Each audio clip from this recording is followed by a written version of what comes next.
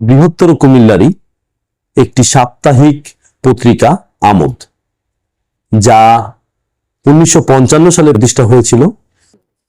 কুমিল্লাতে যেমন শিক্ষা, সংস্কৃতি, সাহিত্য ছিল, ঠিক 70 বছর আগেও এই কুমিল্লার লোকজন পত্রিকা নিয়ে পত্রিকা পাঠ করত এবং আমোদ ছিল তারই একটি প্রমাণ।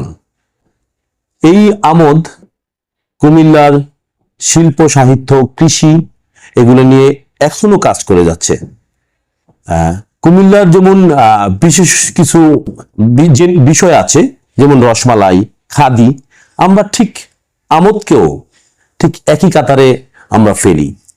দেশের সবচেয়ে প্রাচীন সাপ্তাহিক সংবাদপত্র আমোদ এর 70 বছর পদার্পণে আমি এর সাথে সংযুক্ত সকল সাংবাদিক এবং এর শুভাকাঙ্ক্ষীদের জানাচ্ছি শুভেচ্ছা এবং অভিনন্দন।